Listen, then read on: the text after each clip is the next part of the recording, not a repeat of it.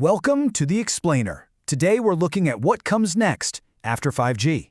And let me tell you, it's a whole lot more than just a speed bump.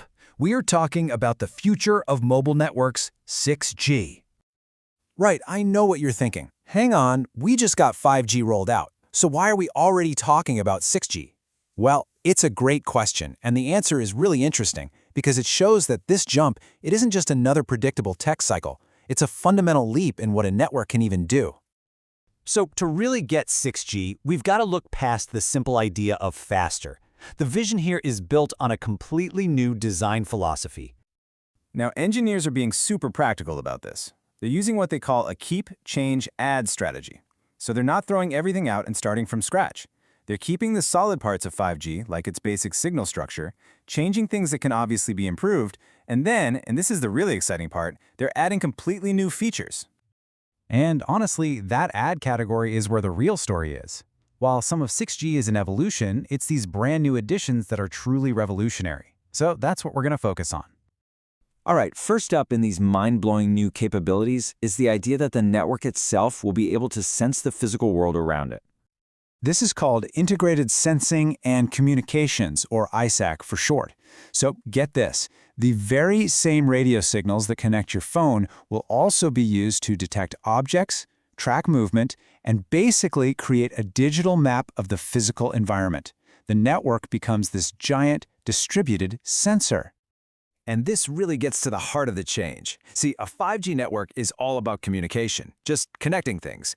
But a 6G network does that, plus it senses. We're moving from a network that just talks to a network that's actually aware of its surroundings. So, what can you do with that? Well, the applications are pretty incredible. We're talking about everything from recognizing your hand gestures to control devices, to a system that can detect if an elderly person has fallen in their home, all the way up to monitoring bridges for signs of collapse. Okay. So if you have a network that can sense the world, it's going to need a brain to process all that new information. And that brings us to the second huge addition, making the network intelligent from the ground up. Now, this isn't just about using AI for a few specific tasks, like we see in 5G.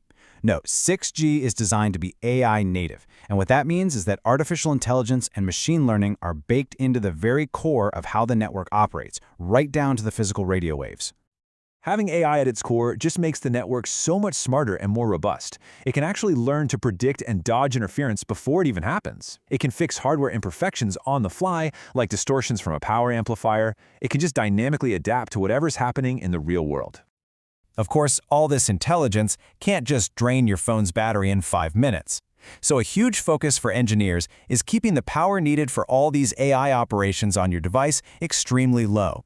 We're talking under a few hundred milliwatts. Efficiency is absolutely key. But what if an AI model messes up? Well, the engineers are building in a safety net.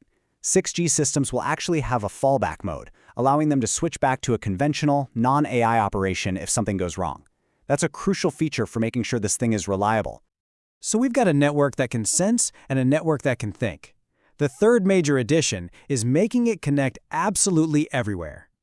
And this is where something called non-terrestrial networks, or NTN, come into play. The goal of 6G is to finally, truly erase the idea of a dead zone by seamlessly integrating satellite networks with the regular ground-based ones we use every day. And the goal here is a completely unified system. So this isn't just for those bulky, specialized satellite phones. The vision is for your regular smartphone to automatically connect to a satellite if you're out of range of a cell tower, and you won't even notice the switch. So, okay, that's the vision. A network that senses, thinks, and connects everywhere. Pretty wild. But how do we actually build it? Let's take a look at some of the core technologies that make it happen. One of the key phrases you hear from the people building this stuff is that massive MIMO is becoming even more massive. What that really means is a huge increase in the number of tiny antennas on the base stations, which lets them beam signals with incredible precision and efficiency. And to handle all this data, 6G is going to use new, higher frequency bands. You can see here in the 7 to 24 gigahertz range, which offer much wider highways for data to travel on. But it's also going to cleverly reuse existing 5G infrastructure in lower bands, which makes the whole rollout way more efficient. There's also this massive focus on sustainability. Check this out. Just by making a simple change, like making the network's idle heartbeat signal less frequent, engineers think they can cut idle energy use by over 75%. That is a huge saving from one tiny tweak. And, learning from the past, 6G is being designed as a standalone network from day one.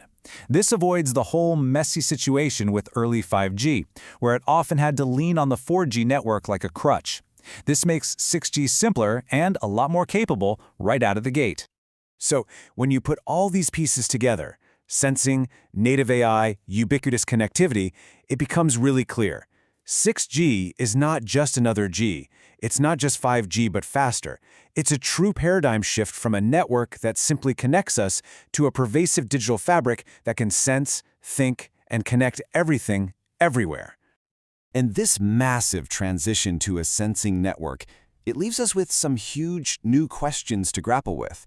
As our digital and physical worlds start to merge in this way, we really have to ask, in a world that is constantly being sensed by the network all around us, what does privacy even look like? And that's something we're all going to have to figure out together.